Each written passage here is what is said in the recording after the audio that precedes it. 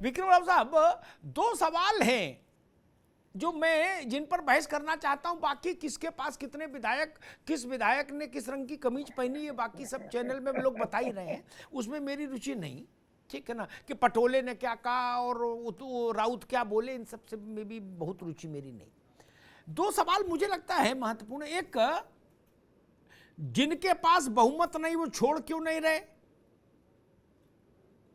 और जिनके पास बहुमत आ गया वो ताल ठोक क्यों नहीं रहे कि मेरे पास बहुमत आ गया, आप हटो, हमें बुलाया जाए।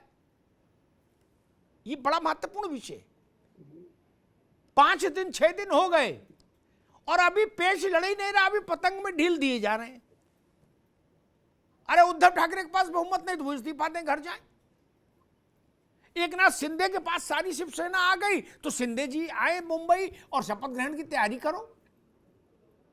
वैसा कोई नहीं कर रहा, उसके पीछे वजह। और दूसरी बात जो मैं आज चर्चा करूंगा आपसे, उस पर जरूर आरंभिक टिप्पणी लेना चाहता हूं कि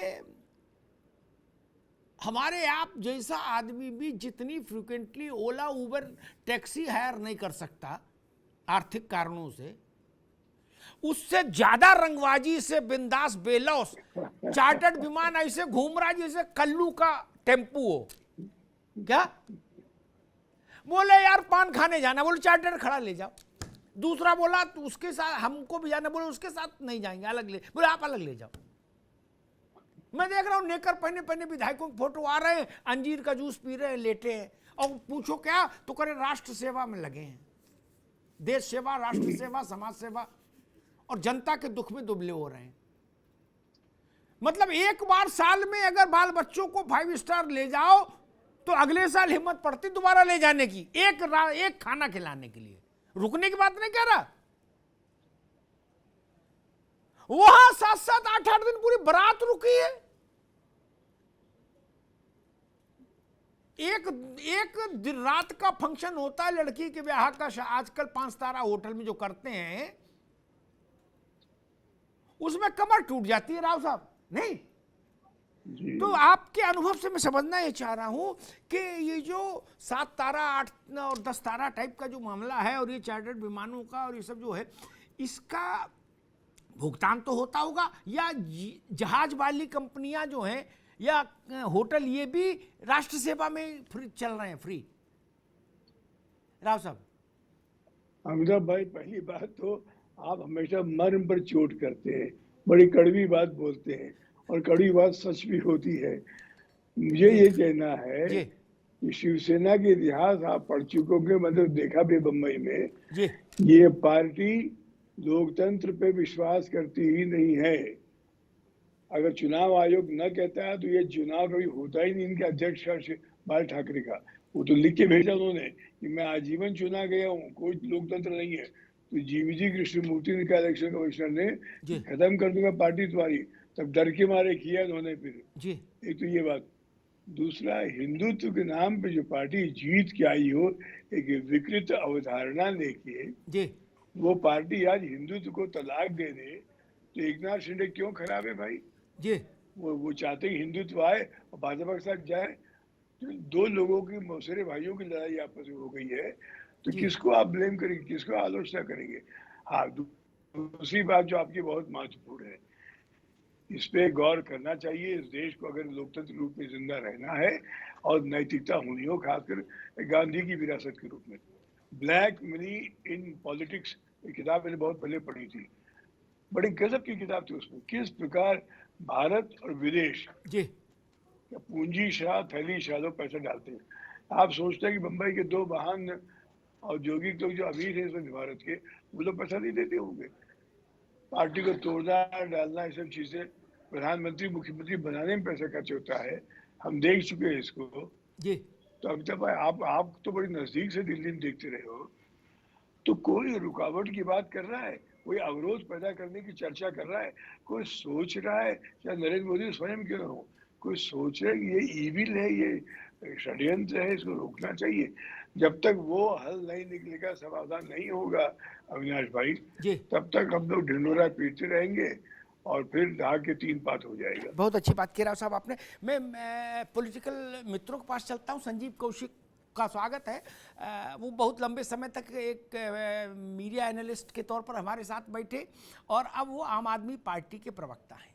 ये उनकी हमारे साथ पहली मुलाकात है इस रूप में, इसलिए बहुत स्वागत। मैं एक बात समझना चाह रहा था, बाकी तो किस्सा कहानी। जो अंजीर का जूस कहीं पी रहे थे, मान लो गोवा में पिए हो, मध्य प्रदेश वाले एपिसोड में पिए हो, कर्नाटक वाले में पिए हो, या आज पी रहे हो, या कल और किसी राज्य के चलते पिए, क्या वही लोग सरकार में आते जाते हैं बाद में? ठीक। फिर जब वो भाषण देते हैं और अधिकारियों से कहते हैं कि शुचिता का जीवन जिए, देश सेवा में प्राण होम दें, तो अधिकारी सोचते नहीं होंगे जो उनके भाषण को झेलते हैं कि गुरु महीना भर वहां कबड्डी खेलते रहे 7 तारा में, खेत बेच के बिल चुकाए थे। कौशिक जी, मैं समझना चाह रहा हूं, मैं बस वास्तव में नहीं समझ पाया। 35 साल की पत्रकारिता में भी आज तक ये नहीं समझ पाया। किसी 5 तारा में चले जाओ, चाय पीने में 500-700 रुपया एक आदमी को लग जाते हैं। अमिताभ जी, देश की आर्थिक राजधानी मुंबई है और सारी कवायद मुंबई के सत्ता पे। अरे नहीं, जो आर्थिक नहीं थी, जो भुखमरी की राजधानी थी, वहां भी मामला यही है। वहां कोई टेम्पू जा रहा? मध्य प्रदेश तो कोई राजधानी नहीं है देश की, ना आर्थिक ना सांस्कृतिक। वहां भी जब ऐसा कार्यक्रम हुआ, सांस्कृतिक कार्यक्रम, और सिंधिया जी के आशीर्वाद से कबड्डी हुई राष्ट्रीय अंतर्राष्ट्रीय स्तर पर, तो वहां भी यही डिस्को डांस हुआ 20-22 दिन, नहीं हुआ क्या? जी, मैं उसी पे आ रहा था। मैं सिर्फ ये कह रहा हूँ कि आर्थिक राजधानी होने के नाते भारतीय जनता पार्टी और शिवसेना का एक लंबा खासा अनुभव रहा है। दोनों एक साथ मिलकर के राजनीति की है और एक साथ सत्ता में रहे भी हैं। दोनों मुंबई के सत्ता के बारे में बहुत नज़दीक से वो जानते हैं कि किस तरह से यहाँ की सत्ता चलाई जाती है और क्या क्या यहाँ खासियत है और क्या क्या खूबी और खामी है।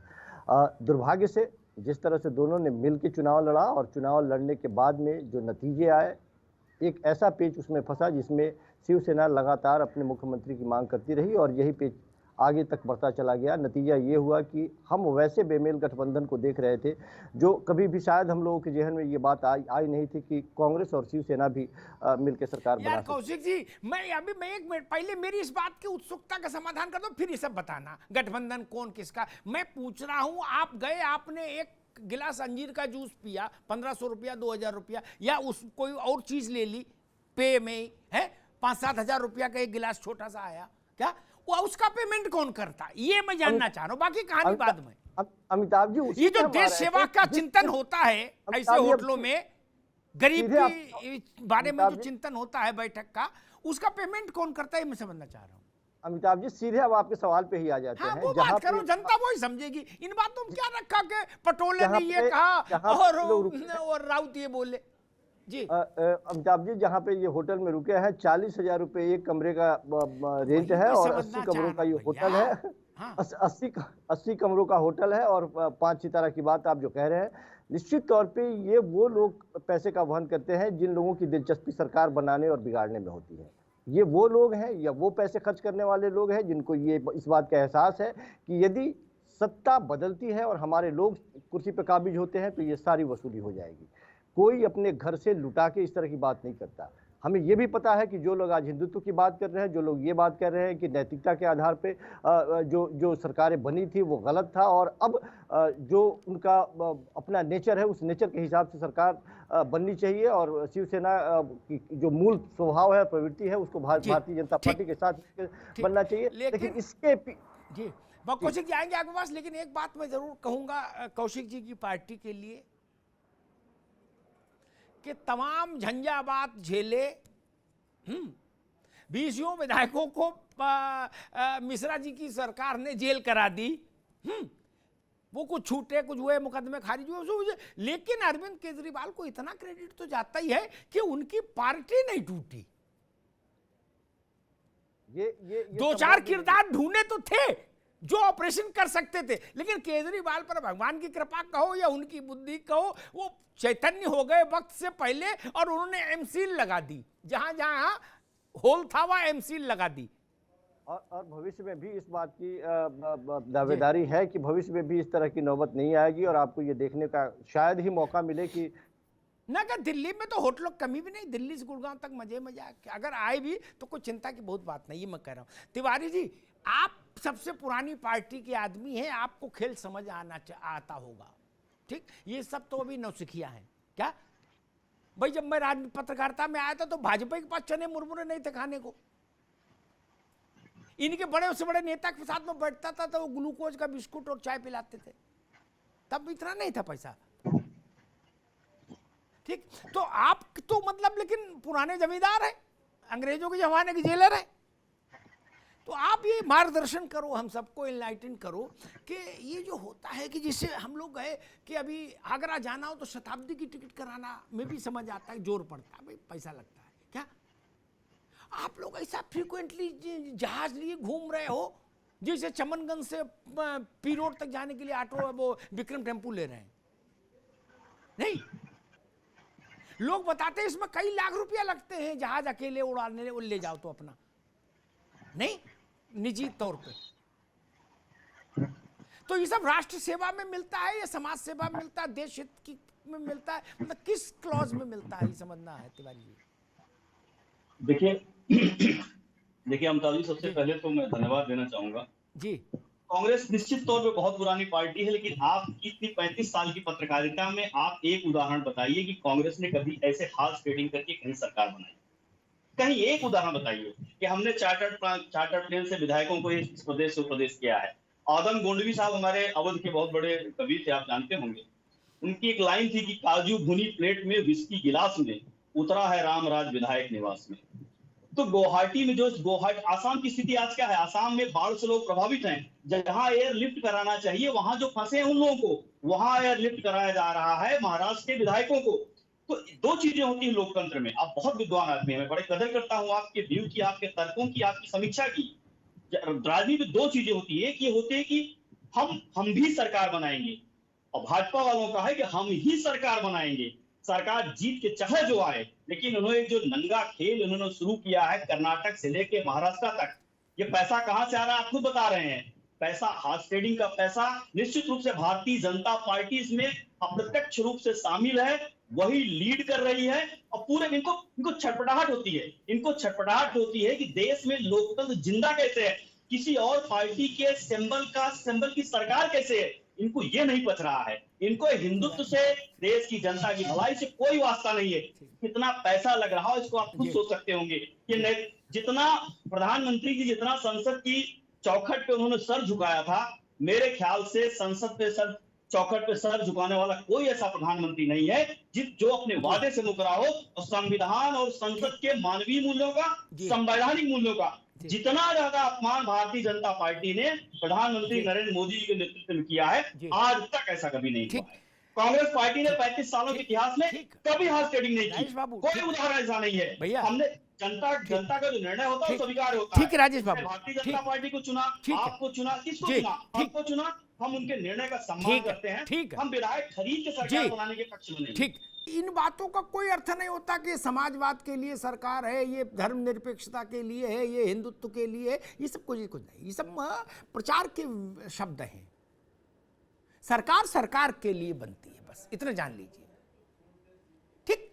न गांधी बात के लिए, न नेहरू बात के लिए, न दीनदयाल बात के लिए, न किसी बात के लिए। वो सरकार होती है, सरकार के लिए बनती है। सरल बात कठिन बातों में मत उलझो कोई, ठीक। एक तर्क ये भी आया कि मैंने देखा सोशल मीडिया पर ये चला कि जी पहली बार देश में हिंदुत्व के नाम पर सरकार गिराई जा रही है। ऐसा नहीं है, हिंदुत्व बड़ी चीज है, अलग चीज है, उसका क्या लेना देना। और एकनाथ को भी वो कपिलवस्तु गए थे क्या, एकनाथ पेड़ के नीचे बैठने ज्ञान प्राप्त करने, नहीं ना। 2.5 साल उनको नहीं पता था हिंदुत्व कहां है। इसलिए खैर इस सब बात का कोई मतलब नहीं।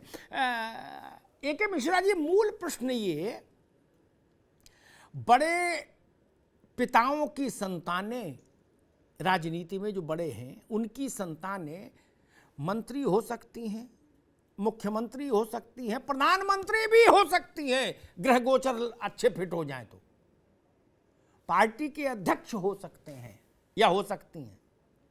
लेकिन नेता कोई वंश नहीं बना सकता किसी को।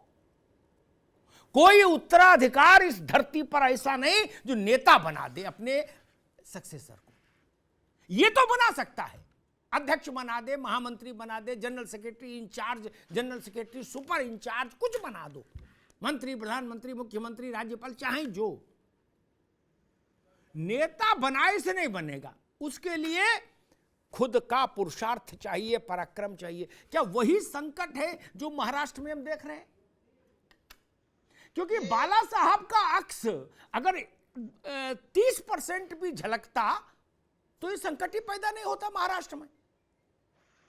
पता नहीं कितने लोग मिले हैं, मैं बाला साहब से मिला हूं, मैं उनका तेवर जानता हूं एक पत्रकार के नाते।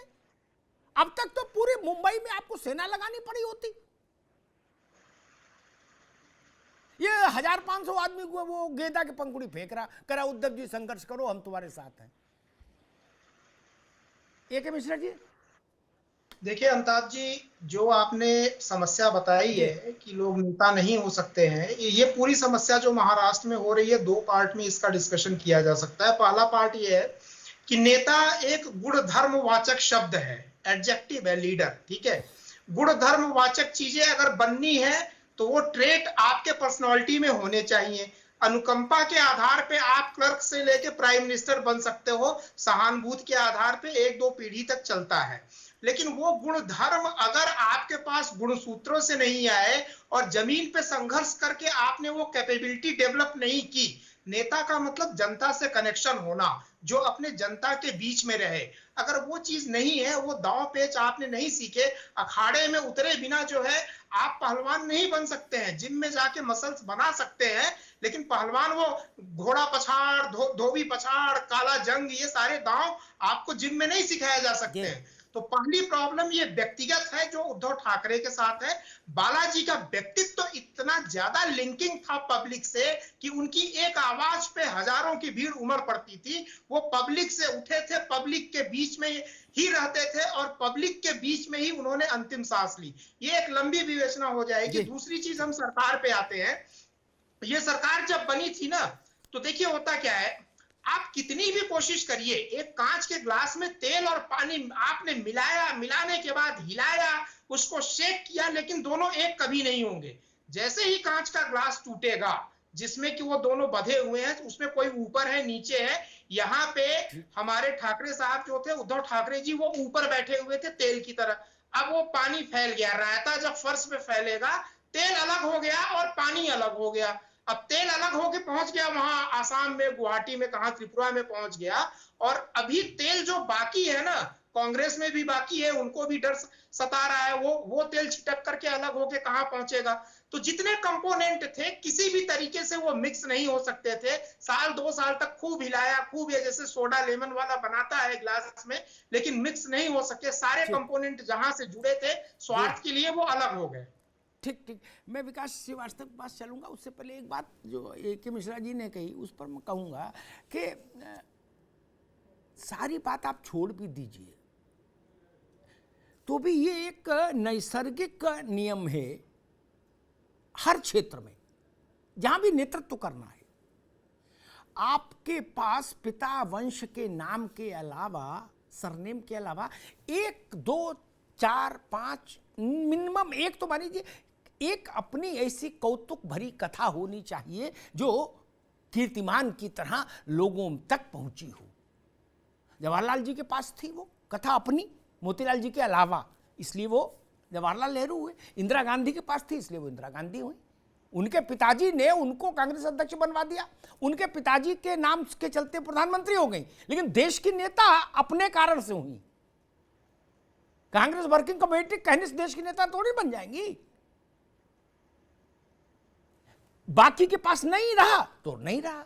मुलायम सिंह जी के पास वो था तो वो नेता हुए, काशीराम जी के पास वो था, वो नेता हुए।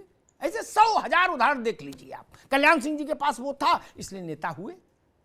जिनके पास वो करिश्मा नहीं है, अपनी कहानी नहीं है, उधार की कहानियों से नेतृत्व नहीं चलता। विकास श्रीवास्तव जी, आपसे सवाल ये है कि एक वायरस आया पहली बार तो समझ आया कि भाई उसकी किसी को लक्षण नहीं पता थे, दवा नहीं पता थी। ठीक, एक बार लक्षण पता हो गए, दवा पता हो गई, प्रोटोकॉल तय हो गया, उससे निपटने का सलीका तरीका भी समझ आ गया। ठीक, एक वायरस लगातार अटैक कर रहा हो, सो कॉल्ड वायरस, और आप उसकी दवा प्रोटोकॉल ही नहीं सीख पाए,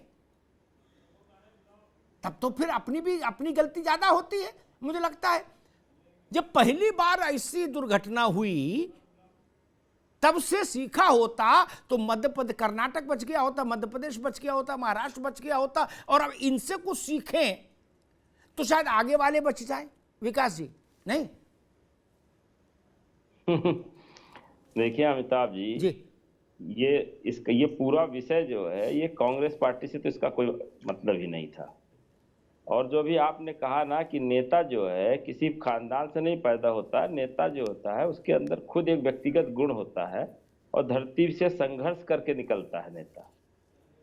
और ये बात भी सही है, अगर बाला साहब होते तो ये तो सोच भी नहीं सकते थे जिस तरीके से एकनाथ शिंदे ने कदम उठाया। ये सोचना तो दूर, अगर वो ऐसी व्यवस्था कहीं बन भी रही होती तो बाला साहब के रहते ये ऐसी व्यवस्था कि वो क्षेत्र से बाहर निकल गए, हाथ से बाहर निकल गए, दूसरे राज्यों में पहुंच गए, और आज फोन पे केवल अब बातचीत हो रही है। हमको तो लगता है ये कोई दूसरी चीज है। एक राजनीति में हर चीज संभव है, और अभी मैं एक जिम्मेदार पद पे हूँ इसलिए मैं इस टिप्पणी पर नहीं जाना चाहूंगा, पर मुझे लगता है कि बहुत जल्द ही धुंध हटेगी और जो मैं सोच रहा हूँ सच्चाई सामने आ जाएगी। नहीं तो थोड़ा कुछ उसका वो बता दो, सिरा समझ आए कि भाई क्या सच्चाई देख रहे हो आप। देखिए, इस देश की राजनीति में जी सबको लेके चल पाना बड़ा कठिन काम है। नफरत, विघटन और जो बंटवारे की जो सोच होती है उससे आप किसी एक वर्ग, एक समुदाय के आप नेता बड़ी जल्दी बन जाते हैं। पर जब सबको लेकर चलना और सबको एक साथ जोड़ के रख पाना यह आसान काम नहीं होता है। चुनाव लड़ने में भी यह बहुत बड़ी समस्या होती है। मायावती से टिकट मिलता था, किसी जमाने में 22% वोट तुरंत मिल जाता था। कुछ जुड़ गया, चुनाव लड़ लिया, रातों रात नेता बन जाते थे लोग। हार भी गए तो भी एक बड़े नेता के रूप में स्थापित हो गए लोग। तो इसलिए बड़ी सोच के नेता बनने के लिए बहुत लंबा संघर्ष करना पड़ता है, और केवल नफरत, विघटन, बंटवारे की राजनीति करने के लिए संघर्ष नहीं करना पड़ता है। और सत्ता में आप पाने के लिए जरूरत पड़ती है सबकी। कोई भी सरकार हो, ये देश हो, बिना एक विचारधारा के नहीं चलता, सबको लेकर चलना पड़ता है। बाबू, नफरत हो, कोई हो, नेता तब भी नहीं बन सकते। आप सोशल मीडिया पर पॉपुलर हो सकते हैं, टीवी मीडिया में पॉपुलर हो सकते हैं, बकलोल हो सकते हैं, बकैत हो सकते हैं, नेता नहीं होते। नेता समथिंग डिफरेंट, ये जान लीजिए। ठीक, इसलिए अफरत नफरत से कुछ नहीं होता। बड़े बड़े नफरत वाले मैंने देखे 5 वोट नहीं जुटा पाए जब उनको गलत फहमी हुई। नहीं, टीवी चैनल पर वो बिके, सोशल मीडिया पर बिके, समझ में आता है। 10,000 ने गाली दी, 10,000 ने तारीफ की, इस सब का कोई मतलब नहीं। नेता होने के लिए तो आपको जमीन पर खड़ा होना होगा, आप में करिश्मा होगा, चमत्कार होगा, तो आप नेता होंगे। वन लाइनर ये है, ये समझ लीजिए। अन्यथा कोई माई का लाल आपको नेता नहीं बना सकता। 100 प्रशांत किशोर आप हायर कर लीजिए, क्या नेता कोई नहीं बना सकता। नहीं है मेरी तो कभी ऐसे नेता कोई किसी नेता नहीं बना। जब इंदिरा जी की सरकार आई इमरजेंसी के बाद, मुरारजी की सरकार गिरने के बाद, त्रिपाठी जी आप ही के पास आऊंगा, आपसे शुरुआत करूंगा, इसलिए इस बात को आपको और सुनना चाहिए गौर से। तो इंदिरा जी ने, जो लोग अब ये कह रहे हैं कि भाई नैतिकता का भी कोई प्रश्न है, मोरालिटी है, ये दिस है, दैट है? अरे भाई, ये कोई अवधूत बाबा का आश्रम है? ये सियासत है। सब तरह के आसन यहां जायज हैं, इसीलिए सियासत है। इससे बड़ा कोई आसन है क्या योगासन? सियासत से बड़ा। इंदिरा जी ने टेलीफोन हाथ में लिया और कहा भाई जितने मुख्यमंत्री हैं सबसे बात कराओ। 2 का किस्सा बता दे रहा हूं, बाकी कहानी लंबी हो जाएगी। भजन लाल से कहा, उनने कहा भाई भजन लाल तुमको या तो बर्खास्त होना है या कांग्रेस तो भजन लाल ने कहा कि मैं सेवक समेत सुत नारी, क्या उनने कहा मैडम बोर्ड ही बदलना, मैं अभी कांग्रेस का बोर्ड लगा दे रहा हूं, पूरी सरकार कांग्रेस में आ गई, लो खत्म करो झंझट। ठीक, कब कब सोचिए 80 89 79 80 के दौर में। ठीक है, यही बात उन्होंने रामसुंदर दास से कही, अगर मैं सही याद कर रहा हूं, बिहार में। क्या रामसुंदर दास के पास रीढ़ की हड्डी थी, उन्होंने कहा बर्खास्त कर दो, लेकिन ये नहीं कर सकता ना। कैसे कैसे आपकी पार्टी में शामिल हो जाएंगे? हमें बर्खास्त होना मंजूर है, लेकिन आपके साथ शामिल नहीं हो सकते। ये रीढ़ की हड्डी तो हो। ये प्रश्न है। त्रिपाठी जी, अभी मैं महाराष्ट्र के कांग्रेस के नाना पटोले को सुन रहा था, वो कह रहे थे ये कौन कौन सा कैसा काल आ गया, कलिकाल। एक तो इतिहास नहीं देखते, और आपके कुनवे में अजीत पवार का उल्लेख आता है कि भाजपा ने इतना गलत काम किया, अजीत पवार को शपथ दिला दी, फिर अजीत पवार को महाविकास अघाड़ी में काहे को प्रमुख चेहरा बना के रखा आपके कुनवे ने, फिर अजीत पवार को त्याग देते नहीं। त्रिपाठी जी। जी अमिताभ जी, जी बिल्कुल सही आप कह रहे हैं कि राजनीति में सभी दाव पेच चले जाते हैं और सभी दाव पेच जायज भी ठहरा दिए जाते हैं। जैसा कहा गया है कि राजनीति में कुछ भी सही और गलत नहीं होता, परिणाम पर ध्यान दिया जाता है। इंदिरा जी का आपने जहां से उदाहरण देके शुरुआत की, इंदिरा गांधी ने इस देश के लिए किस तरह सरकार चलाई और किस तरह की उनकी छवि थी, ये सभी को पता है। लेकिन आपके उस टेलीफोन को उठा के कहने के पीछे और भी परिस्थितियां हैं कि किस आधार पर ऐसा घटा। आज की जो स्थिति देख रहे हैं महाराष्ट्र की परिस्थिति से, उसकी सीधी तुलना कहीं भी नहीं ठहरती है। लेकिन आज का जो आपका त्रिपाठी जी, तुलना नहीं, मैं चरित्र बता रहा हूं राजनीति का। जी जी, मैं आपकी बात से सहमत हूं। मैं चरित्र बता रहा हूं मित्र। मैंने यही कहा कि राजनीति में आपने बिल्कुल सही कहा कि परिणाम पे जोर होता है, लेकिन परिणाम के बाद भी ये देखा जाता है कि यहाँ क्या हो रहा है। दूसरा प्रश्न आपके अजीत पवार का है, तो वो गठबंधन में हमारे साथ दूसरी पार्टी है और उसके वो पदाधिकारी हैं, इसलिए वहां पर बहुत कुछ हमारे लिए कहना ठीक नहीं होगा। लेकिन निश्चित तौर पर जिस तरह इस समय देश में खुलेआम एजेंसियों का दुरुपयोग हो रहा है अमिताभ जी, वो इंदिरा जी की उस परिस्थिति से तुलना नहीं हो सकती है।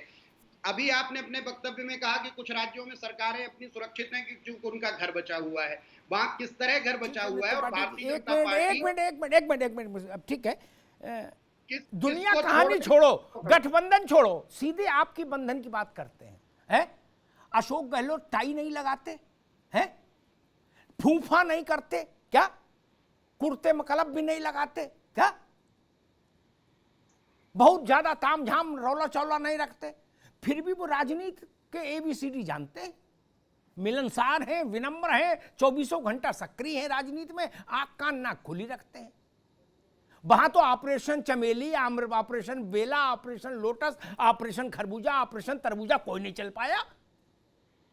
अजब तमाशा है भाई, आदमी अपना खराब, किसी लायक ना हो, गिर पड़े चलते चलते कमजोरी से, बता दो कि ईंटा डाल दिया था पड़ोसी ने इसलिए गिर गए भैया।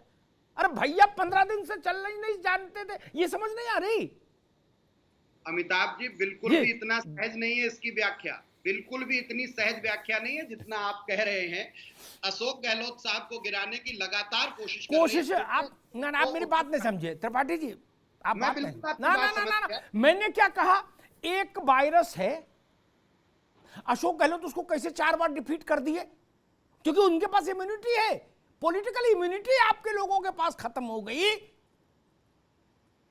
और वो कह रहे हैं कि वायरस हमको अटैक कर गया। अशोक गहलोत क्या कोई जवाहरलाल नेहरू के समय के नेता है? नहीं ना, कैसे सरकार बचाए हुए हैं, वहां तो 3-4 बार तो अटैक हुआ, सबकी जानकारी में है मित्र। नहीं, वहां पर जो स्थिति है और उसकी महाराष्ट्र से स्थिति की तुलना करना, अब आप फिर तो आप गजब कर रहे, फिर तो तुलना कहीं नहीं हो सकती, फिर तो केवल रामलाल के घर की तुलना रामलाल के घर से हो सकती है। नहीं हो रही है, जबकि महाराष्ट्र में 3 दलों के गठबंधन से बनी हुई सरकार है। नाना पटोले ने कहा अभी भी हमारे विधायक हमारे साथ हैं, और जहां भी क्रॉस वोटिंग हुई है उस पर जांच कर रहे हैं, लेकिन शिवसेना के घर में जो फूट हुई है उसका खामियाजा पूरी सरकार भुगतेगी, गठबंधन की सरकार है। ठीक, आपने बात कर दी। अब मैं आपसे हट के दूसरे मेहमानों के पास जाऊंगा, लेकिन बात वहीं से शुरू करूंगा, ताकि ये जो एक परसेप्शन क्रिएट हुआ है ना, मैं इस परसेप्शन को ठीक बिंदु पर लाके छोड़ के देश के सामने जाऊंगा। जो अक्षम है उसको ऐसी दुर्घटनाओं के लिए तैयार रहना चाहिए, वो उत्तर प्रदेश में हो और चाहे मेघालय में हो। राजनीति सक्षम लोगों का काम है। सुशील दुबे, मेरे दोस्त त्रिपाठी जी ने सब चीजें बताई, इसकी तुलना ना करो भैया, इसकी तुलना ना करो। उन्होंने कहा रामलाल की तुलना केवल रामलाल से करो, मोतीलाल से भी ना करो। चलो भाई, उनकी मान ली, ठीक, छोड़ो, दोस्त हैं मेरे भाई हैं। जो गए हैं महाराष्ट्र में सरकार बचाने, जिनको राहुल जी ने भेजा, कहा चार्टर्ड लेके जाओ, देर ना हो जाए कहीं, कमलनाथ जी, उनकी अपनी सरकार गिर गई थी। अगर वो उतने ही एक्टिव होते, उतने ही आंख कान खोले होते, सबसे मिल रहे होते, सबको साथ लिए होते, सबके साथ एक सा व्यवहार होता, बड़े छोटे का लिहाज होता, तो ये दिन नहीं आता, ज्योतिरादित्य नहीं जाते। एक आदत डीआईजी के मसले पर रार हुई और उस रार ने कांग्रेस के माथे से, मांग से सिंदूर पोंछ दिया मध्य प्रदेश में। उसके बाद दोष भाजपा को दोगे। आपको समझ नहीं थी सरकार गिर जाएगी। ज्योतिरादित्य ने 6 दफे कहा था कि अगर या तो ये रह लेगा डीआईजी, ये सरकार जाएगी। बोले हम लोगों ने कहा वो महाराज कह रहे हम जमीन सड़क पर उतर जाएंगे, तो कमलनाथ जी ने कहा उतर जाएं, हम क्या करें। क्या वो उतर गए, गिर गई सरकार। दुबे जी, अब इस कौतुक को किसी दूसरे के खाते में कैसे जमा करा देंगे भाई? आदरणीय अमिताभ जी, पहले तो मैं आपके 2 कौतुक को, जिसको मैंने आपकी डिबेट को सुना, मेरे सामने आ जाती है अभी डिबेट, जरा आपके 2 कौतुक के बारे में एक आधा मिनट लेंगे। एक तो आपने भी कुछ दिन पहले डिबेट में कहा कि गौरी और मुगलों का शासन नहीं है। खबरदार, इस मानसिकता के जो लोग हैं वो अपने आप को थोड़ा सा हल्का कर लिया। आपने कहा, मुझे आपकी वो इतना दिल को छू गई। और अभी आपने कल जो परशुरामी की है, खुदा कसम अमिताभ जी, लाखों साधुवाद बधाइयां आपको। जो इस पे आ जाए, आज की डिबेट पे आ जाए सुशील भाई। सुन लीजिए, नहीं, वो विषय पे बाद में चर्चा करेंगे, अब इस पे आ जाए। मेरा कहना सिर्फ ये है कि अब त्रिपाठी जी ने सारे उदाहरण खारिज किए। मैंने वो उदाहरण दिया जहां कोई गठबंधन नहीं था, कोई गांठ नहीं थी, कोई बंधन नहीं था, एक्सक्लूसिव शोरूम था कांग्रेस का, वहां दूसरे ब्रांड था ही नहीं। मध्य प्रदेश, पंजाब में किसने ऑपरेशन लोटस चलाया? पंजाब में तो प्रियंका जी ने ऑपरेशन लोटस चला दिया, कोई कारण नहीं था। मध्य प्रदेश में किसने ऑपरेशन लोटस चलाया? कोई कारण नहीं था। जरा सी बात थी, एक मुझ थोड़ा सा हल्की कर लेते, एक मुझ थोड़ी ऊंची कर लेते, आज आप मध्य प्रदेश में आपकी सरकार होती।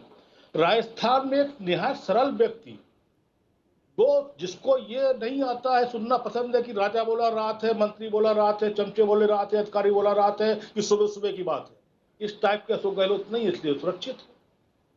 महाराष्ट्र में कांग्रेस ने जानबूझ के, अच्छा अब है क्या अमिताभ जी, अखिलेश यादव, स्टार वर्ल्ड मुलायम सिंह के सुपुत्र अखिलेश यादव, लगता ही नहीं कि उनके पुत्र हैं।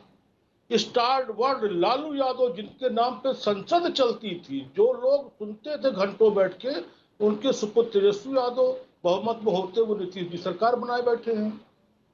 और सुनिए, इनके राज ठाकरे, उद्धव ठाकरे, बाला साहब के नाम पे देश का हिंदू हिलोरे मारता था, वहां पर ये दुर्गति।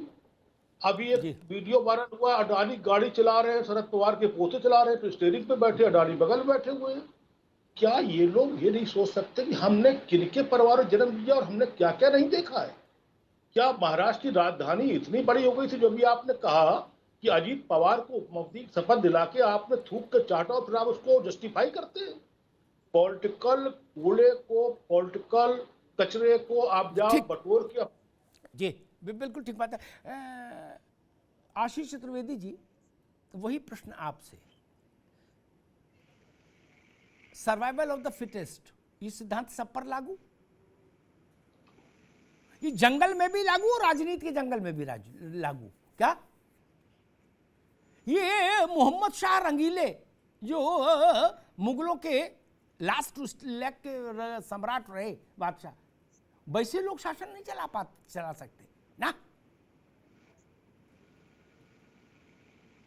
कई उदाहरण हम लोगों ने सामने रखे, जो लोग जनता से कट जाएंगे, लोगों से कट जाएंगे, कार्यकर्ताओं से कट जाएंगे, उनके यहाँ तो ऑपरेशन लोटस के ऑपरेशन गेंदा कर दोगे तो वो लड़खड़ा गिर पड़ेंगे। आशीष जी गलत तो नहीं कहा? अमिताभ जी, दोनों ही बातें सत्य हैं जी। यह भी सत्य है कि सत्ता पक्ष द्वारा ऐसे प्रयास किए गए कि जो चलती हुई सरकारें थी वो लड़खड़ाएं, और ये भी सच है कि वो लड़खड़ाए क्योंकि कहीं ना कहीं उनके अंदर कमी थी। वो कमी थी, उसका फायदा भारतीय जनता पार्टी ने कहीं उठाया भी और कहीं उठाने का प्रयास भी किया। कहीं कामयाब हुए, कहीं कामयाब नहीं हुए, जैसा आपने अभी बताया, सच्चाई है।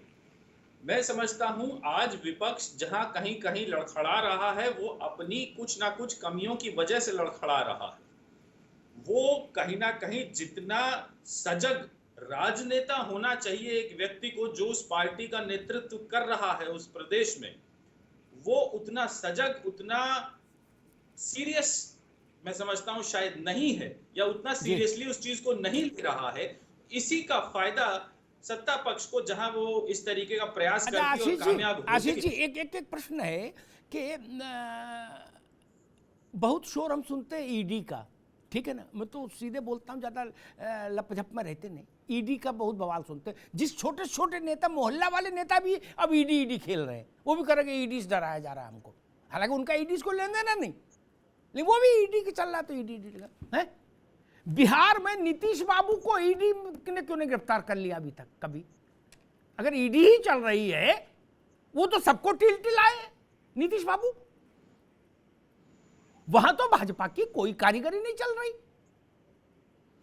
ना। आरसीपी सिंह को उन्होंने बाहर निकाल के खड़ा कर दिया तो कर ही दिया नीतीश जी ने। ये छुट भैया बार बार ये कहते हैं कि हमको ईडी से डराया जा रहा है। ये ईडी से ममता बनर्जी को गिरफ्तारी करा के बर्खास्तगी क्यों नहीं हो गई? नवीन बाबू की क्यों नहीं हो गई? 19 एमएलए गिरफ्तार हुए थे दिल्ली के अलग अलग मामलों में, क्या हुआ? केजरीवाल लगातार ताकतवर हो रहा है, पंजाब भी जीत लिया। आशीष जी निश्चित रूप से कहीं ना कहीं अगर आपके अंदर कोई कमी होगी किसी भी प्रकार की जी, तो कहीं ना कहीं उसका फायदा सत्ता पक्ष या जो भी विपक्ष है आपके खिलाफ वो उठा सकता है। यदि उस तरीके की कमी नहीं होगी और वो केवल दुष्प्रचार के माध्यम से उसको आगे बढ़ाएगा तो वो ज्यादा दिन चल नहीं पाता है। आजकल इंटरनेट का जमाना है। पहले विपक्ष क्या ये चाहता है कि हमारी कमियों में भी आप कोई कार्रवाई ना करो, ऐसा सद्भाव बना के रखो, ये मसला है क्या? भाई व्यक्तिगत तौर पे तो हो ही सकता है, अब पार्टी के तौर पे मैं ना शायद उसको कह सकूं, लेकिन हाँ व्यक्तिगत तौर पे यदि कोई एक व्यक्ति है जिसके खिलाफ कुछ गलत है या उसके पास जरूरत से ज्यादा संपत्ति है जो गलत तरीके से इख्तियार की गई, तो वो तो कभी नहीं चाहेगा कि उसके खिलाफ कुछ हो। ठीक, लेकिन एक सवाल पूरे सूबे में कौंध रहा, पूरब से पश्चिम तक, कि भाई अखिलेश यादव क्यों नहीं निकले? 27 महीने की जेल काट के अपने राजनीतिक जीवन का सबसे विकट युद्ध लड़ रहे आजम खान, मिक्की मियां के समय में भी ऐसी लड़ाई नहीं लड़नी पड़ी उनको, ठीक? और यहां घर का ही लड़का लड़ रहा, एक चना दुल थोड़ी ना है। जो तेज प्रताप, जो अखिलेश यादव, जो धर्मेंद्र, वो सब एक ही माया है। तो वो क्यों नहीं निकले? क्या ये छोटे चुनाव हैं इसलिए नहीं निकले, या ये इतने बड़े चुनाव हैं कि लगा कि इनसे दूर ही रहो, जो होगा हो जाएगा, अभी अपन दूर रहो? मेहंदी साहब को रोशनी डालो भाई। तमाम लोगों ने पूछा, मैंने कहा आज शाम को मेहंदी साहब आएंगे, उनसे पूछूंगा फिर आपको बताऊंगा। देखिए अमिताभ जी, मैं बात शुरू करने से पहले एक बात मैं बता देना चाहता हूँ। सफाई परिवार के लोग जो वहाँ चुनाव लड़ रहे हैं, उस बाउंड्री लाइन को आपसे बेहतर कोई नहीं जानता है। एक मैं ये कह सकता हूँ कि अगर राजनीतिक दृष्टिकोण से अगर मैं स्वतंत्रता के निष्पक्ष में मूल्यांकन करूं तो आपसे बेहतर तो कोई समझ ही नहीं सकता है। शायद आप फर्रुखाबाद से आपकी कटी हुई बाउंड्री है इटावा सफाई की, तो आपसे बेहतर तो सफाई परिवार के विषय में कोई और जान ही नहीं सकता है। मैं बड़ी जिम्मेदारी के साथ इस बात को कह रहा हूँ, ये जो आजमगढ़ का चुनाव है, मैं 5 दिन वहां रह कर आया हूँ, कैंप करके आया हूँ। आपके प्रोफेसर राम गोपाल जी और तमाम सब पूरी टीम लगी हुई है। हर एक कार्यकर्ता अपने आप को अखिलेश यादव बनकर वहां पर काम कर रहा था। सारे लोगों को पुलिस वालों ने खाली कराया, अब सब लोग अपने अपने शहर के लिए निकले जी। मैं आपको एक बात बता देना चाहता हूँ, आजमगढ़ की जहां तक बात है, आजमगढ़ हो या रामपुर हो, किसी किस्म का कहीं कोई संशय है ही नहीं कि समाजवादी पार्टी उसमें कहीं पर कुछ और सोचने वाली बात समझ गया। इसीलिए उन्होंने कहा कि भाई नहीं निकलेंगे। ठीक है, सुन लीजिए। देखिए गोपालपुर और मुबारकपुर, ये 2 ऐसी विधानसभा है जहां पर आजम साहब की विशेष तरीके से सभाएं लगाई गई और जिस तरीके का समर्थन प्राप्त हुआ, क्योंकि मैं उसी दोनों विधानसभा में था, यकीन मानिए मैं बड़ी जिम्मेदारी के साथ कह सकता हूं, ऐसा समर्थन तो मैंने कभी देखा ही नहीं किसी लोकसभा चुनाव में, किसी विधानसभा क्षेत्र में। आजमगढ़ में बच्चा एक मतदाता बड़ी जिम्मेदारी के साथ, ठीक है, उसके आएंगे भैया, दोबारा में आएंगे।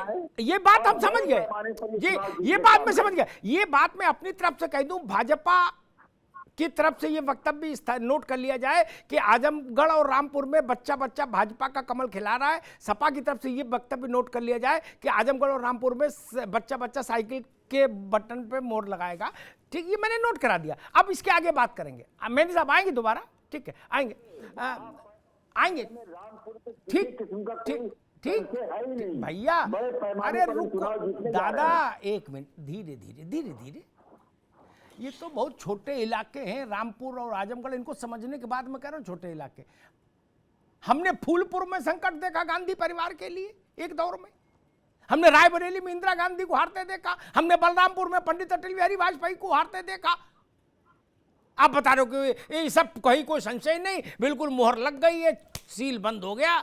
इस चुनाव होता है महाराज। एक डॉक्टर ने हमसे कहा, ताहिरा जी, एक बार एक ऑपरेशन होना था परिवार में किसी का, मैंने कहा कि डॉक्टर साहब ये माइनर है, तो उनका नो, कोई ऑपरेशन माइनर नहीं होता, हर ऑपरेशन मेजर है। वैसे ही कोई चुनाव माइनर नहीं होता, हर चुनाव महासमर है। ताहिरा सिंह जी बिल्कुल। देखिए, जो भी पॉलिटिकल पार्टी के प्रवक्ता होंगे, चाहे भाजपा के हों चाहे सपा के हों, अगर कांग्रेस खड़ी है तो उसके प्रवक्ता होते हैं, वो हमेशा यही कहते हैं, क्योंकि जाहिर है वो प्रवक्ता है, उन्हें कहना भी चाहिए कि हमारी पार्टी जीत रही है और मोहर लग जाएगी एक पे और पूरी। तो मैं भी आजमगढ़ में कम से कम 8 साल, बिल्कुल अलीगढ़ मुस्लिम यूनिवर्सिटी से निकलने के बाद बिल्कुल यंग एज में मैंने अपना गोल्डन पीरियड दिया है आजमगढ़ में, शादी करके गई थी मैं 8 साल 9 साल रही हूँ और आजमगढ़ का चप्पा मेरा घूमा हुआ है, मेरा जाना हुआ है। तो मुझे इतना तो पता है कि वहाँ लोग बहुत पॉलिटिकल हैं और बहुत कुछ देख रहे हैं इस बार। और देखिए, अखिलेश यादव पहले भी जब सांसद हुए तो उस बार भी वो अपने टेनोर में बहुत नहीं गए थे। इसको आजमगढ़ के लोगों ने फील किया था, ऐसा नहीं है। आजमगढ़ के लोग, जब मैंने कहा ना, वहाँ का नौजवान, वहाँ की महिलाएं, भले ही वो बुर्के में हो, बहुत पॉलिटिकल हैं, अपनी बात समझती है, कहना जानती है और कहती भी है। और उसके बाद इस बार जो गुट्टू जमाली बसपा से खड़े हैं, तो मैं कह रही हूँ कि धर्मेंद्र यादव अच्छा काम कर रहे हैं, अपने को कनेक्ट कर रहे हैं। मेरा तो मानना है कि बहुत अच्छी तरह से अपनी लड़ाई लड़ रहे हैं, लेकिन गुड्डू जमाली के आने से थोड़ा सा मुश्किल हो गया है। ये पूरा जो इलेक्शन है इतना आसान नहीं रहा जितना लग रहा था। ताहिरा जी, एक कमेंट, ये अखिलेश जी क्यों नहीं निकले? अखिलेश जी को जाना चाहिए था। मैं फिर कह रही हूँ बड़ी जिम्मेदारी नहीं से चाहिए नहीं, आपकी समझ क्या हाँ। कहती, निकले क्यों नहीं, इसके पीछे क्या कारण हो सकता है? बच्चे जीत लेंगे, एक भाव ये होता है कि बच्चे जीत लेंगे, कहां हम निकले हैं बड़े बूढ़े।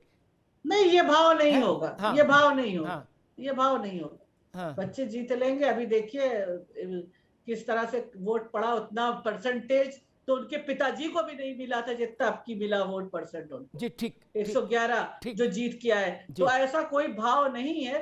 अब ये तो आप भी समझ रहे हैं, हम भी समझ रहे हैं कि वो निकले नहीं, उनको निकलना चाहिए था। एक विपक्ष के नेता के तौर पे, एक मुखिया की तौर पे विपक्ष के, उनको निकलना चाहिए तो लोगों को उनसे उम्मीद थी। जी ठीक है ताहिरा जी, मैं नवेश शिकोह के पास आऊंगा और आखिरी में भाजपा के पास आऊंगा। क्योंकि आज जो विषय उसमें भाजपा के पास बहुत कुछ, क्या मतलब उस पर कुछ टिप्पणी करेंगे रोचक, लेकिन मूल विषय आज विपक्ष पर केंद्रित है। मैं नावेद भाई के पास आऊं, उससे पहले एक बात कहूं जो अभी मेहंदी जी कह रहे थे ना, और जिसको ताहिरा हसन ने थोड़ा एलोबरेट किया। मैं आजमगढ़ को बहुत तो नहीं जानता ताहिरा हसन जितना या मेहंदी हसन साहब जितना, लेकिन जितना जानता हूं ये तो धर्मेंद्र और गुड्डू जमाली और वो तीसरा कौन, निरहुआ के बीच की लड़ाई है क्या? इनमें कोई बड़ा नेता नहीं, गलतफहमी को शिकार कोई हो तो अलग बात, नेता कोई बहुत बड़ा नहीं। ठीक, चरण सिंह और इंदिरा गांधी मुकाबला हो गया था इसी में, इसी आजमगढ़ में। दोनों ने अपने अपने पट्टे उतारे थे।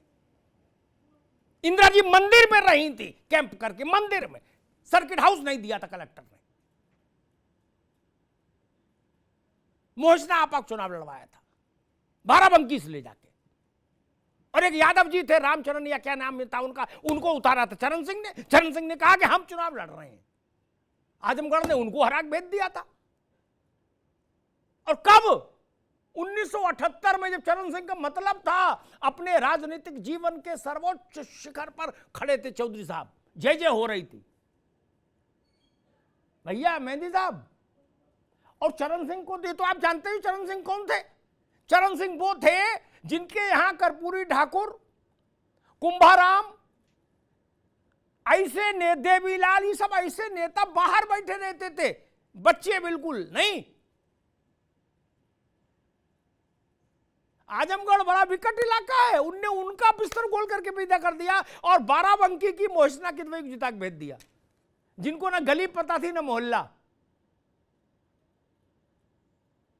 बड़ी कठिन है डगर पनघट की। नवेद भाई इस पर चर्चा नहीं, कौन जीतेगा नहीं जीतेगा तो जनता तय करेगी। मसला ये कि आपको क्या लगता है कि एक सपोर्टिव जेस्चर आजम खान जैसे बड़े कद के नेता के लिए के साथ दिखाने के लिए भी जरूरी था और व्यवहारिक था कि अखिलेश जी रामपुर में एक दिन जाते, क्योंकि वहां चुनाव आसिम राजा नहीं लड़ रहा जी। हु नोज आसिम राजा, कोई नहीं, आजम खान ही लड़ रहे हैं, वही जीतेंगे या हारेंगे। ठीक, वरना जितनी मेहनत आजम खान कर रहे हैं उतनी तो आसिम राजा नहीं कर रहा। ठीक जी। और परिवार और सब समीकरण देखते हुए, और सबसे बड़ी बात अपनी प्रतिष्ठा, चूंकि मेरी छोड़ी हुई सीट है, इस नाते आजमगढ़ भी जाके खड़ा होना चाहिए था, ऐसा मुझे लगता है एक राजनीति शास्त्र के विद्यार्थी के तौर पर। आपको क्या लगता है? एक, और दूसरा, अगर वो नहीं निकले तो क्यों नहीं निकले, इसके पीछे आपकी समझ क्या कहती है? देखिए, एक तो सबसे बड़ी बात तो ये कि चुनाव कोई छोटा नहीं होता है, और इस चुनाव को मैं बहुत महत्वपूर्ण मान रहा हूं। क्योंकि इसलिए महत्वपूर्ण मान रहा हूं क्योंकि बीजेपी का जो चुनावी रणनीति होती है और जिस तरीके से उसका एक लक्ष्य होता है, जिसकी सब लोग तारीफ करते हैं, चुनावी मैनेजमेंट से लेकर अपने प्रतिद्वंदी को खत्म करना, और उसका लक्ष्य आखिरी ताबूत की आखिरी कील ठोक देने तक होता है। जैसे ये कील और हथौड़ी जेब में रखते हैं कृष्ण मोहन पांडे, जहां मिला वही ठोकने लगते हैं। ये बड़े दल का जनाधार खत्म करने के बाद उसका जो आधार है और जो बड़े नेता हैं उनको खत्म कर दो, नाश कर दो, जो घास है उसे उखाड़ के उसमें आग लगा दो, ताकि फिर से कहीं कोई हरियाली ना आ जाए। देखिए, भारतीय जनता पार्टी ने कांग्रेस के साथ यही किया, राहुल गांधी को उनकी सीट से हरा दिया और मेहनत की, संघर्ष किया, हारे, फिर भाजपा जीत गई और साबित कर दिया कि कांग्रेस का जो सबसे बड़ा, जिसको राजकुमार कहा जाता था, जिसको सबसे बड़ा चेहरा कहा जाता था, उनको अमेठी से हरा दिया। स्मृति ईरानी हारी, फिर 5 साल तक संघर्ष करती रही, साबित कर दिया कि कांग्रेस की हमने आखिरी कील ठोक दी। समाजवादी पार्टी के साथ भी वो यही कर रहे हैं, उनका जनाधार कमजोर करने के साथ में लगातार दूसरी बार उत्तर प्रदेश में जीतना बहुत बड़ी बात है, बहुत बड़ी उपलब्धि है भारतीय जनता पार्टी की। अब वो सबसे बड़ा चेहरा, जिसको कहा जाता है कि वन मैन शो है, अखिलेश यादव जी को कहा जाता है, क्योंकि अखिलेश यादव जी किसी को आगे बढ़ने नहीं देते। ये आरोप लगते हैं, क्या सच है क्या ये मैं अपनी राय नहीं दे रहा हूं, लेकिन उनका एक बड़ा चेहरा है अखिलेश यादव जी का और आजम खान जो दूसरे नंबर पर है, दोनों के गढ़ हैं और दोनों का आधार है मुस्लिम और यादव। उसको खत्म करने की ये भारतीय जनता पार्टी हर तरह से कोशिश कर रही है और बहुत बड़ी स्ट्रेटजी है उसके पास।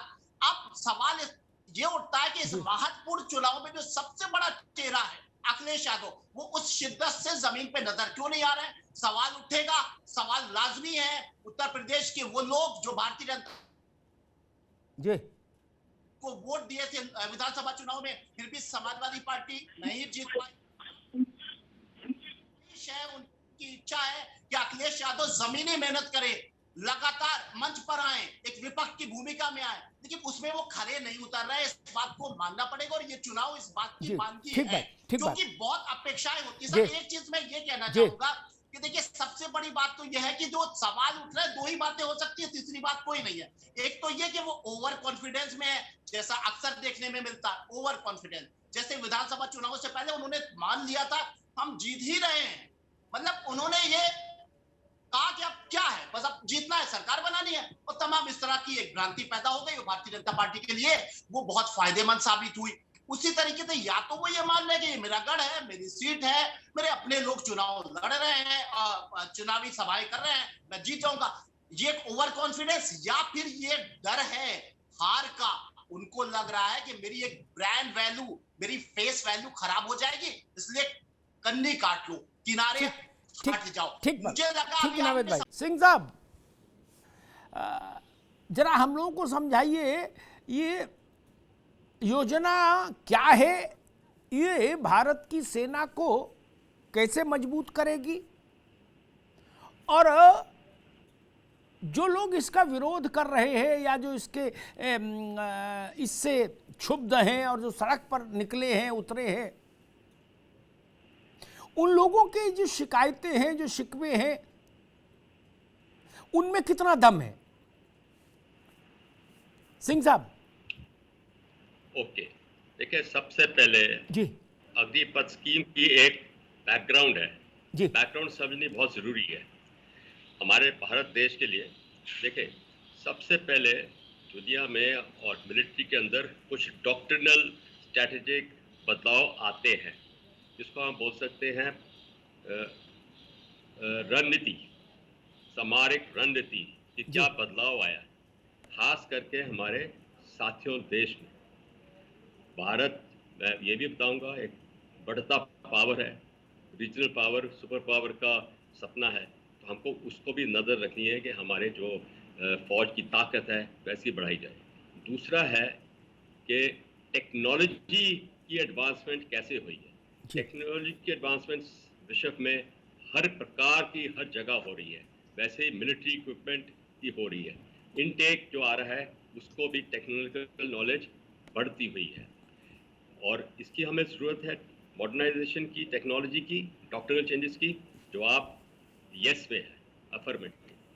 तीसरा है कि हमारे जो पड़ोसी मुल्क हैं जी, वो एक दुश्मन रूप में है हमारे लिए। उनका जो खतरा है, उनका जो थ्रेट है, उन्होंने जैसे तनाव बढ़ाया हुआ है, उसको हमें बहुत मद्देनजर में रखना चाहिए। तो ये तीन चीज़ें, फौज अगर हम इसको कंट्रोल रखें, सरकार कंट्रोल रखे, तो एक देश को ताकतवर बना सकते हैं। तो इसमें आता है कि मिलिट्री का क्या रोल है। मिलिट्री चाहती है कि मेरी फौज मॉडर्नाइज रहे, टेक्नोलॉजिकली एडवांस रहे जी। अच्छा, इसको करने के लिए खर्चा है, खर्चा बहुत ज़रूरी बात है, और इसमें खर्चे को सरकार के पास जितना पैसा है उसको उसने सबसे ज़्यादा मद्देनज़र में रखते हुए देखना है कि कितना दे सकते हैं, देश चलाना है। तो ये मद्देनज़र रखते हुए एक स्कीम निकाली गई कि अग्निपथ की, जिसमें सरकार ने सोचा, उनकी सोच है कि जो इसका यूथ प्रोफाइल है, युवक का जो प्रोफाइल है, इस समय एवरेज एज जो है वो 32 साल का है, इसको किसी प्रकार से हम कम कर दें 25-26 साल के अंदर, तो फौज का एक यूथ रहेगा, यूथफुल प्रोफाइल रहेगी। और दूसरा है कि इसमें उन्होंने ये सोचा है, जो कि ओपन में नहीं आ रहा है, पर मैं समझता हूँ एक ट्रांसपेरेंट फीडबैक दूँ, कि पेंशन बिल जो था ना हमारा, पेंशन बिल को कैसे कंट्रोल करें। क्यों? क्योंकि वो रेवेन्यू बजट में जाता है और हमें चाहिए कैपिटल बजट ज़्यादा, जिससे कि हम मॉडर्न हथियार खरीद सकते हैं। वो पैसे के लिए हम ढूंढ रहे हैं। तो ये बैलेंस करते हुए ये स्कीम आई है, जिसमें क्या है कि 4 साल के लिए इनको अग्निवीर का नाम दिया है। ये इनकी रिक्रूटमेंट होगी और रिक्रूटमेंट का प्रोसीजर है, उसमें कोई बदली नहीं है, कोई तब्दीली नहीं है। पर ये तब्दीली आई है कि जो उनका ट्रेनिंग का पीरियड होगा वो 6 महीने का होगा। पहले क्या हो रहा था, ये जो ट्रेनिंग है वो हर एक फौज के अंदर अलग अलग समय के लिए की जाती थी। जैसे मैं आपको बताता हूँ, मैं आर्टिलरी का हूँ, तो जो हमारे गनर्स हैं, जो तोपों को चलाते हैं, उनको हम गनर्स बोलते हैं। वो तोपची है जो, उसकी 52 हफ्ते ट्रेनिंग चलती है, तो उसको अभी ये 6 महीने हो गया। वैसे ही अब कोर ऑफ इंजीनियर्स ले तो कोई ट्रेड्स ऐसी हैं जो 18 महीने तक भी करती हैं। तो ये जो 6 महीने का ये ट्रेनिंग स्कीम रखा गया है, ये बेसिक ट्रेनिंग के ऊपर डिवोट करेगा। बेसिक ट्रेनिंग मतलब ये रिक्रूट को अच्छा स्ट्रॉन्ग बनाएगा। बिल्कुल मेजर साहब, हम आएंगे आपके पास, दोबारा में आएंगे आपके पास। आपने बड़ी अच्छी बात बताई, बड़ी कि क्यों ये परिस्थिति बनी। पेंशन का भी बोझ था और सेना का एज प्रोफाइल भी बदलना ज़रूरी हो गया था। गोविंद मिश्रा के पास मैं चलूँ उससे पहले एक बात मुझे लगता है, अगर मैं इस विवाद को एक पंक्ति में कहने की कोशिश करूं, बड़ा कठिन काम है हालांकि, नहीं फिर भी अगर मैं कोशिश करूं तो मैं कहूंगा सरकार कह रही है कि सेना का एज प्रोफाइल अपेक्षाकृत युवा करना है, और जो अभ्यर्थी है या जो इच्छुक अभ्यर्थी है, नौजवान है हमारे देश का, गांव का, वो उसका मूल चिंतन है कि मेरे जीवन में आजीविका की सुनिश्चितता, उसकी गारंटी। ये एज प्रोफाइल वर्सेज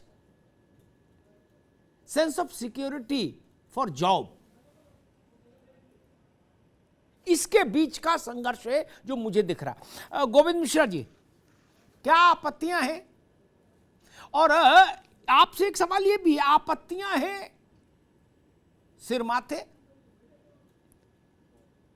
युवा है, उसी से देश है, उसी के लिए देश है, विरोध के अधिकार का सिर झुका के सम्मान होना चाहिए लोकतंत्र में, बिल्कुल दुरुस्त बात है। लेकिन ये लाठी डंडा तोड़ फोड़ आग, ये तो नहीं चलेगा। और आपकी आड़ में दूसरे भी खेल जाएं। धनबाद में क्या मिल रहा है रेल के डब्बे में जो जल गए? आईईडी मिल रहा है भाई। गोविंद जी। जी सर, इसमें कई पहलू हैं जिस पे बात करने की जरूरत है। पहली तो ये जो सरकार है हम लोगों की, ये कोई भी योजना, कोई भी स्कीम ले आती है और उसके प्रॉन्स एंड कॉन्स पे विचार नहीं करती है। क्या उससे फायदे होने वाले हैं, नफा नुकसान पे विचार नहीं करती है। पूर्व में हमने नोटबंदी से जैसे तमाम ऐसी योजनाएं देख ली, जिससे देखने से ऐसा लगता था कि ये बस तुगलकी फरमान है, साहब का मन किया, साहब ने जारी कर दिया, इससे क्या नुकसान होंगे उस पर विचार नहीं किया। आप देखिए अमिताभ जी, पिछले 3 साल से ये भर्तियां नहीं आई, अलग अलग कारण से, जिसपे तमाम लोग अपने बयान दे रहे हैं कि कोरोना की वजह से नहीं आए, क्या अन्य वजहों से नहीं आए, चलिए हम मान लेते हैं। अब सोचिए जो तैयारी करने वाले लड़के हैं उनकी धारणा सोचिए। पिछले 3 साल 4 साल से वो तैयारी करने वाले लड़के लगातार इस भर्ती के लिए इंतजार में बैठे थे। उनको लगता था कि अब भर्ती आएगी।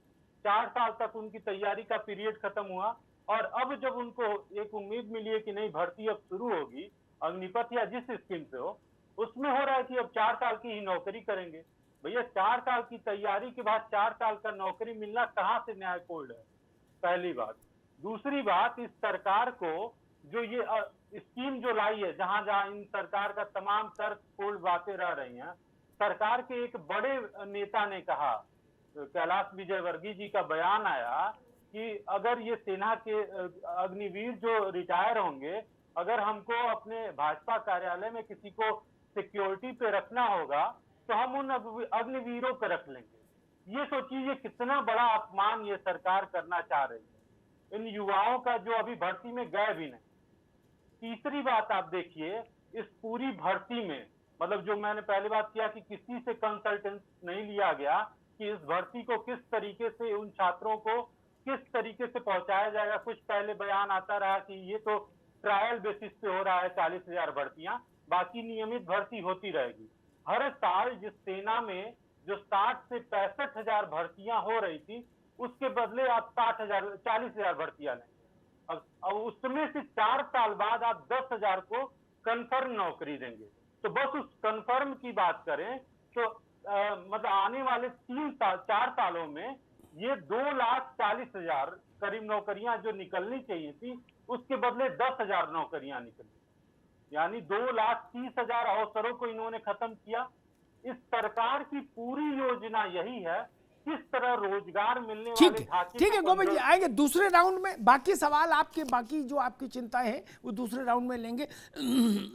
आनंद जी आपके पास सबसे अंत में आएंगे, क्योंकि सबसे ज्यादा सवाल आपके लिए है, सरकार के लिए, जिनका उत्तर देना है आपको।